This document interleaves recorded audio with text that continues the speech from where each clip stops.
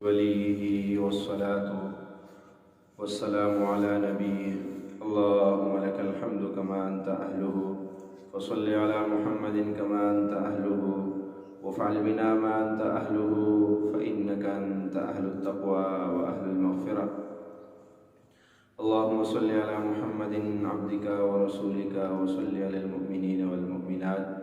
والمسلمين والمسلمات اللهم صل على محمد كما تحب وترضى له۔ آج ہمارا درس سورۃ یاسین کا جو ہے وہ آیات نمبر 33 سے لے کر آیات نمبر 44 تک اس کا جو ہے لفظی ترجمہ کیا جائے گا اور مختصر تفسیر، اور آخر میں سورۃ یاسین کا ایک خاص الخاص عمل جو مشکلات کے لیے، پریشانیوں کے لیے، قرضوں کے لیے، بیماریوں کے لیے وہ دیا جائے گا۔ تو اول سے آخر تک اس درس کو آپ سنیں گے تو انشاءاللہ آپ کو بہت فائدے اور کمال کے چیزیں اس میں ملیں گی۔ اعوذ باللہ من الشیطان الرجیم وآیۃ لہم الارض المیتہ احییناها واخرجنا منها حبا فمنه یأکلون وجعلنا فيها جنات من نخیل وأعناب وفجرنا فيها من العيون ليأكلوا من ثمره وما عملته أيديهم أفلا يشكرون۔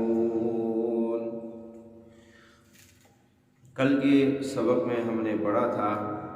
کہ اللہ جل جلالہ نے اس بستی کا کیا حشر کیا جن بستی والوں نے اللہ تعالیٰ کے بھیجے ہوئے پیغمبروں کو جھٹلایا اور ان پیغمبروں کے قاصد حبیب نجار کو جو ہے انہوں نے اس دعوت کے پاداش میں شہید کر دیا، اور اس نے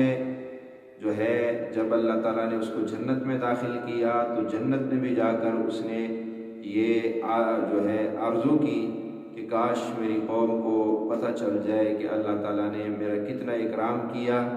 اور مجھے اللہ جل جلالہ نے عزت والے لوگوں میں شامل کر دیا۔ پھر اللہ نے اس بستی کا حال بیان کیا کہ اس بستی کو ہم نے کس طرح تباہ کیا اور اس بستی کا ہم نے کیا حشر کیا۔ آج کی ان آیات کے اندر اللہ جل جلالہ اپنے قدرت کے دلائل بیان کر رہے ہیں۔ اس میں پہلی دلیل اللہ کی یہ اللہ فرماتے ہیں وَآیَةٌ، اور ایک نشانی لہم ان کے لیے، الارض زمین میں، المیتہ مردہ، ایک نشانی یہ ہے کہ اس زمین کو دیکھو یہ مردہ ہے لیکن احییناہا ہم نے زندہ کیا اسے، زمین کو ہم نے زندہ کیا، وَأَخْرَجْنَا اور نکالا ہم نے منہا اس سے حباً اناج، فَمِنْهُ يَأْكُلُونَ بس اس سے وہ کھاتے ہیں۔ اس زمین کو ہم نے زندہ کیا، زمین مردہ تھی، اللہ کہتے ہیں ہم نے اس کو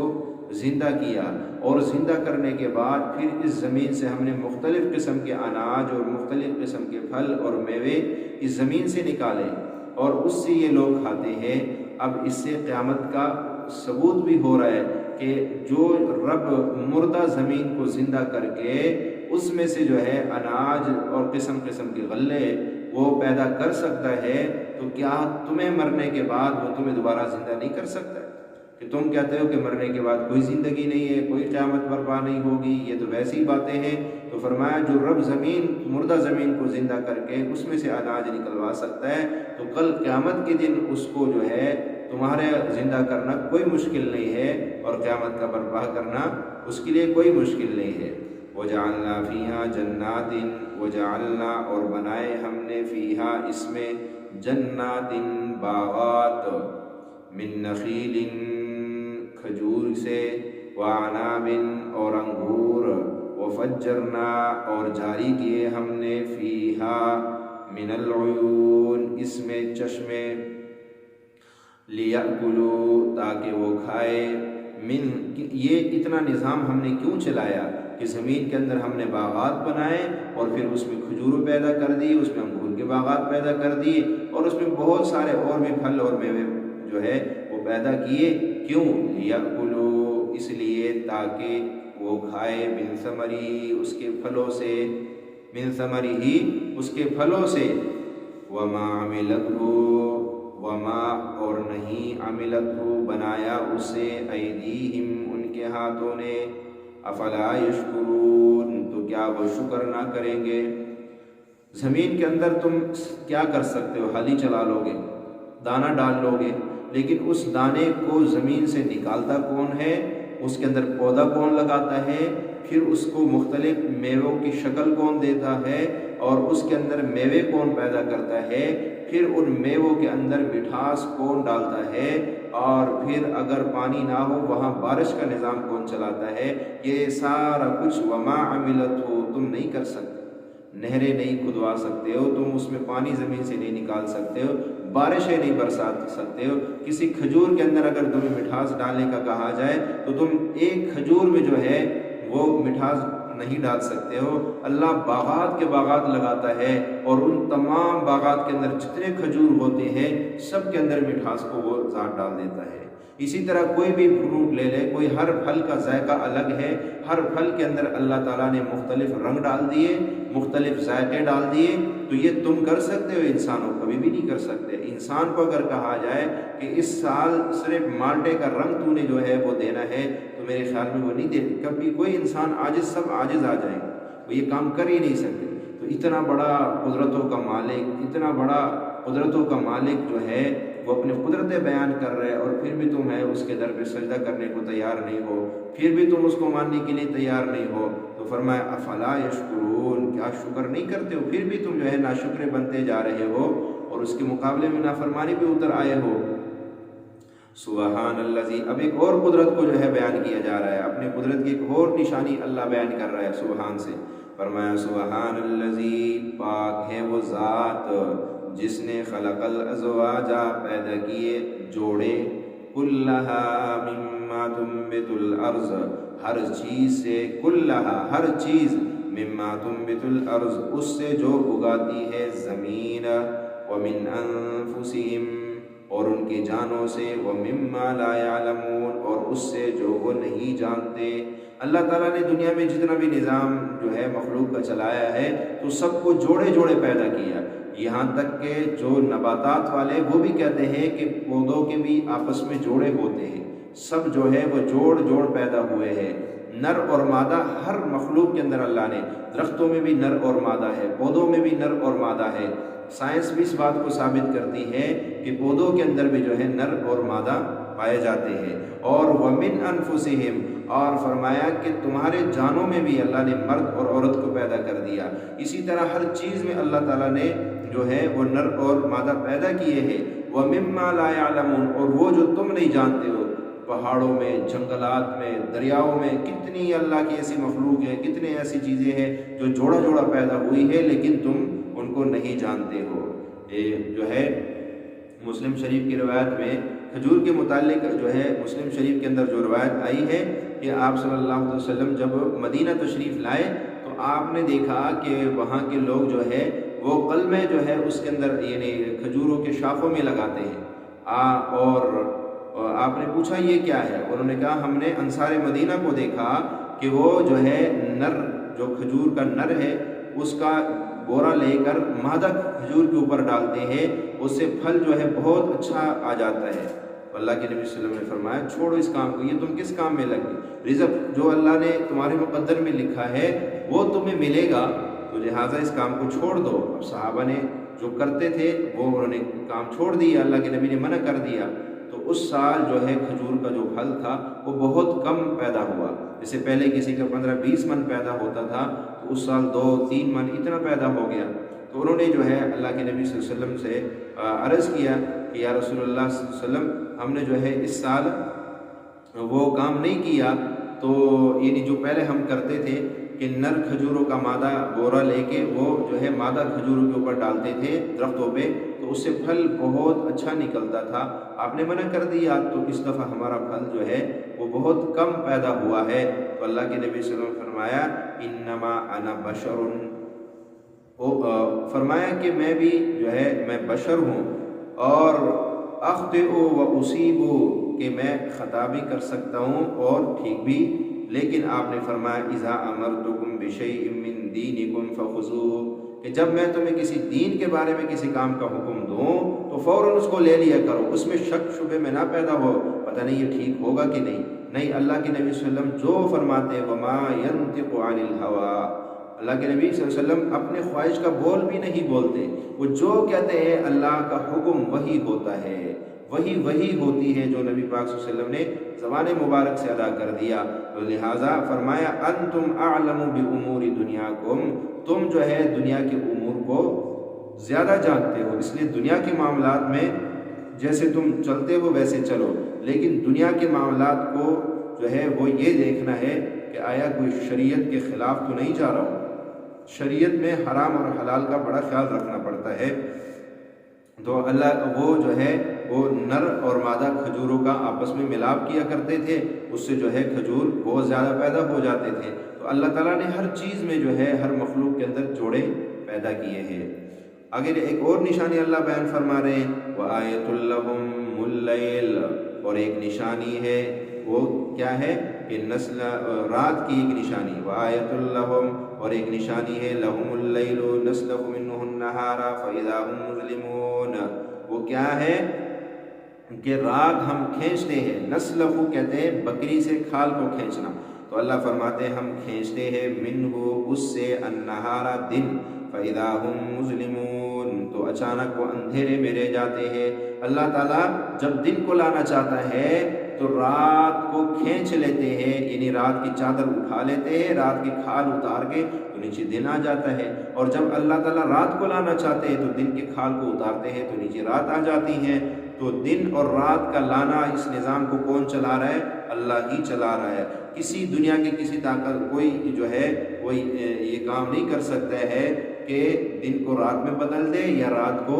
دن میں بدل دے، یہ صرف اللہ ہی ہے جو یہ کرتا ہے۔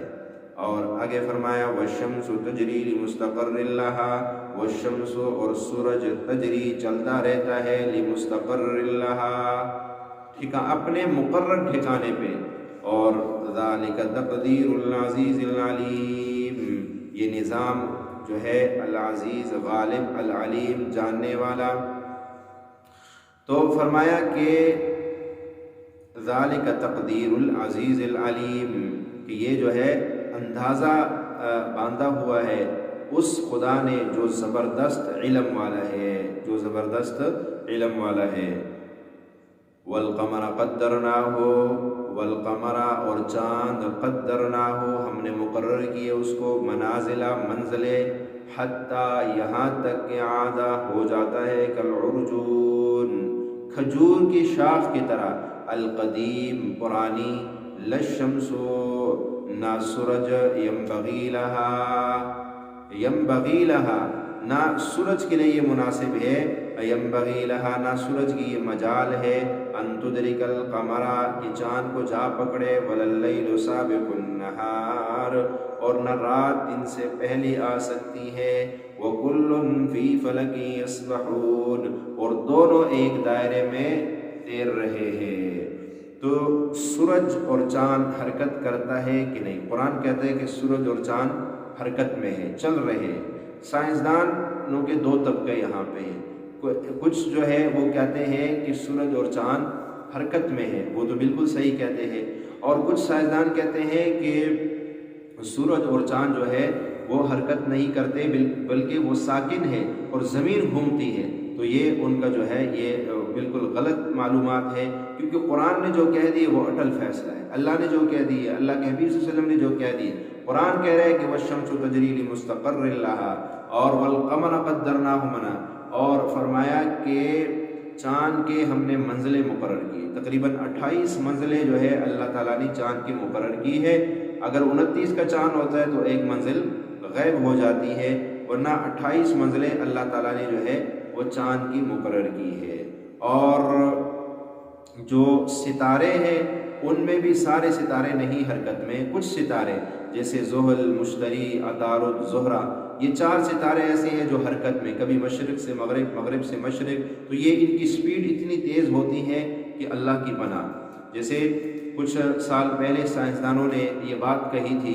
کہ جو زہرہ ستارہ ہے وہ کچھ ٹوٹ گیا ہے، اور اس وقت امریکہ، فرانس،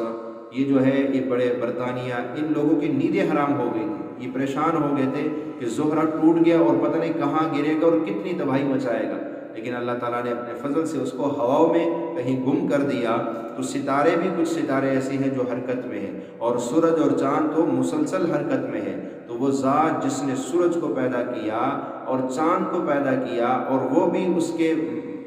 جو ہے حکم کے خلاف کچھ بھی نہیں کر سکتے، بلکہ وہ اپنے ایک مدار میں چل رہے ہیں، اپنے مدار سے ادھر ادھر بھی نہیں جا سکتے ہیں،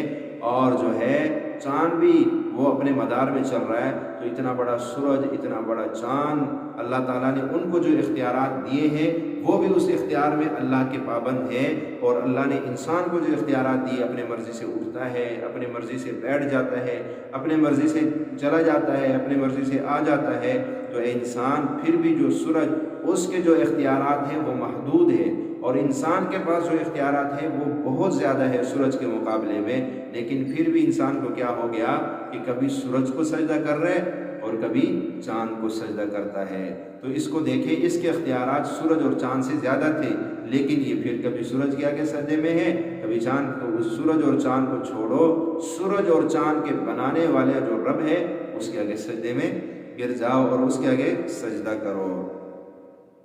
تو فرمایا وَكُلٌّ فِي فَلَكٍ يَسْبَحُونَ، اور دونوں ایک ایک دائرے میں تیر رہے ہیں، اپنے دائرے سے ادھر ادھر نہیں ہو سکتے۔ اور بعض روایت میں آتا ہے کہ سورج روزانہ جب نکلتا ہے اور شام کو جب غروب ہوتا ہے تو اللہ کے عرش کے نیچے سجدے میں جا کے گرتا ہے، اور اگلے دن کی اجازت اللہ سے چاہتا ہے کہ اللہ میں اگلے دن نکلوں یا نہ نکلوں۔ اور فرمایا ایک وقت ایسا آئے گا کہ سورج مشرق سے نکلے گا اور مغرب میں پہنچ کر جب اللہ کے عرش کے نیچے سجدے میں جائے گا اور اللہ سے اگلے دن کی اجازت چاہے گا تو ارشاد ہوگا کہ نہیں، واپس مغرب سے طلوع ہو جا۔ یہ قیامت کی سب سے بڑی نشانیوں میں سے ایک نشانی ہے، اور اس کے بعد جو ہے توبہ کا دروازہ بھی بند ہو جائے گا۔ تو اور آگے فرمایا وَآیَةٌ لَّهُمْ أَنَّا حَمَلْنَا، اور ایک نشانی یہ بھی ہے کہ ہم نے ان کی اولاد کو حملنا، سوار کیا، ذریتہم، ان کی اولاد کو، فی الفلک المشحون، بری ہوئی کشتی میں۔ حضرت نوح علیہ السلام کو اللہ نے حکم دیا کہ جو ہے وہ کشتی بناؤ، انہوں نے کشتی بنائی، اور وہ کشتی کتنی، علماء فرماتے کہ تقریباً 550 فٹ وہ لمبی تھی، اور اس کے اندر 3 جو ہے خانے بنے ہوئے تھے۔ سب سے نیچے اللہ تعالیٰ نے کھانے پینے کے اشیاء رکھنے کا حکم دیا، درمیان والے میں جانور تھے، اور سب سے اوپر میں انسان تھے۔ تو ان سب کو اللہ تعالیٰ نے کشتی میں سوار کیا، اور وَخَلَقْنَا لَهُم مِّن مِّثْلِهِ۔ اب حضرت نوح علیہ السلام نے جو کشتی بنائی تھی، اس کے بعد کشتی کا وجود ہوا، لوگوں نے اس کشتی کو دیکھ کے پھر مختلف کشتیاں بنانی شروع کر دی، چھوٹی بڑی، اور کرتے کرتے اسی سے جہاز بننا شروع ہو گیا۔ آج جو بڑے بڑے جہاز دریاؤں میں چل رہے ہیں، سمندروں میں چل رہے ہیں، یہ اسی کشتی کا ایک نمونہ پیش کیا گیا تھا، اور اس کو دیکھ کے پھر انسان جو ہے مختلف قسم کی چیزیں اسے بناتے رہے۔ وَخَلَقْنَا لَهُم مِّن مِّثْلِهِ، اور فرمایا کہ ان کے لیے کشتی جیسی ایسی چیزیں پیدا کیا جس پہ یہ لوگ سوار ہوتے ہیں۔ وَخَلَقْنَا لَهُم مِّن مِّثْلِهِ، اور ایسی پیدا کی ہم نے ان کے لیے، مِن مِّثْلِهِ، اس کی مثل، مَا يَرْكَبُونَ، جن پہ یہ لوگ سوار ہوتے ہیں۔ مِن مِّثْلِهِ سے جو ہے علامہ علوسی رحمۃ اللہ تعالیٰ علیہ فرماتے ہیں کہ مِن مِّثْلِهِ سے مراد اونٹ ہے۔ جس طرح سمندر پانی میں کشتی تیز چلتی ہے، اسی طرح جو ہے بری کا یعنی خشکی کا جو ہے جہاز، وہ اونٹ کو کہا جاتا ہے، بلکہ اونٹ کو عربی میں سفینۃ البر کہتے ہیں۔ ایک صحابی تھے نبی پاک صلی اللہ علیہ وسلم کے، ایک جو ہے سفر میں آپ صلی اللہ علیہ وسلم کے پاس سامان زیادہ تھا، تو آپ نے کہا اس کا اب کیا کروں، سامان میرے پاس بڑھ گیا۔ تو صحابی نے اپنے کمبل نکالا اور کہا، حضرت قیس رضی اللہ تعالیٰ عنہ، انہوں نے کہا کہ یا رسول اللہ میرے کمبل کے اندر سارا سامان ڈال لیجئے۔ اب وہ 2-4 اونٹوں کا سامان تھا، اللہ کے نبی صلی اللہ علیہ وسلم نے وہ سارا سامان اس چادر میں ڈالا، اور ڈال کے انہوں نے اس کو جو ہے وہ اٹھوایا اور کندھے پہ رکھ کے وہ جا رہا تھا۔ تو اللہ کے نبی صلی اللہ علیہ وسلم نے فرمایا انت سفینۃ، انت سفینۃ، کی تو کشتی ہے۔ تو اس کے بعد ان کا جو نام تھا، ان کا نام ہی یہ سفینہ پڑ گیا، ان کا نام پڑ گیا مولا سفینہ۔ تو یعنی نبی پاک صلی اللہ علیہ وسلم کا غلام سفینہ، اور اسی طرح ایک جگہ جو ہے رومیوں کے ساتھ کہیں جہاد میں گئے ہوئے تھے، تو یہ اپنے مجاہدین بھائیوں سے جو ہے کہیں راستے میں ادھر ادھر ہو گئے اور ایک جنگل کی طرف نکل گئے، تو آگے سے ایک شیر آیا، جو شیر آیا تو یہ مستدرک حاکم اور مشکات شریف کے اندر یہ روایت آتی ہے کہ ایک شیر آیا، تو شیر جو ہے وہ ان پہ حملہ کرنے کے لیے جیسے ہی قریب آیا تو انہوں نے فرمایا انا سفینۃ مولا رسول اللہ صلی اللہ علیہ وسلم، کہ میں سفینہ ہوں رسول اللہ صلی اللہ علیہ وسلم کا غلام۔ تو شیر نے ایک دم جو ہے وہ ایسے ہو گیا جیسے بلی ہو جاتی، بالکل تابع ہو گیا، اور وہ ان کے آگے کے چلنے لگ پڑا، اور چلتے چلتے ان کو وہاں پہنچا دیا جہاں ان کے ساتھی تھے، وہاں پہنچ کر شیر نے ان کو سلام کیا اور جنگل کے ایک طرف چلا گیا۔ تو جو اللہ کے نبی صلی اللہ علیہ وسلم کے صحابہ جنگل کے درندے میں ان کا احترام کیا کرتے تھے، تو فرمایا کہ وَخَلَقْنَا لَهُم مِّثْلِهِ مَا يَرْكَبُونَ، وَخَلَقْنَا، اور ہم نے پیدا کیا، لَهُم، ان کے لیے، مِن مِّثْلِهِ، اس کشتی جیسے، مَا يَرْكَبُونَ، جس پہ وہ سوار ہوتے ہیں، وَإِن نَّشَأْ نُغْرِقْهُمْ، اور اگر ہم چاہیں تو ان کو غرق کر دے، فَلَا صَرِيخَ لَهُمْ وَلَا هُمْ يُنقَذُونَ، پھر تو نہ کوئی ان کا فریاد رس ہوا اور نہ یہ خلاصی دیے جائیں گے۔ اگر ہم چاہیں ان کی کشتیوں کو غرق کر دے، سمندروں میں ڈبو دے، اور پھر کوئی بھی جو ہے نہ ان کی مدد کو پہنچے گا اور نہ ہی ان کو کوئی خلاصی دے سکے گا، لیکن الا رحمتا منا ومتاعا الی حین، مگر یہ ہماری مہربانی ہے کہ ان کو ایک وقت معین تک فائدہ جو ہے وہ دینا منظور کر لیا۔ الا رحمہ، الا مگر، رحمتن، رحمت ہے، منا ہماری طرف سے، ومتاعا، اور فائدہ دینا ہے، الی حین، ایک وقت معین تک۔ تو آج کا ایک خاص موتی جو آپ کو میں دے رہا ہوں، سورۃ یاسین کو جو آدمی 81 مرتبہ جو ہے وہ پڑھتا ہے، اس کا جتنا بھی قرض کسی کے ہاں رکا ہوا ہو انشاءاللہ فوری اس کو مل جائے گا۔ کوئی دنیا جہاں کا ایسا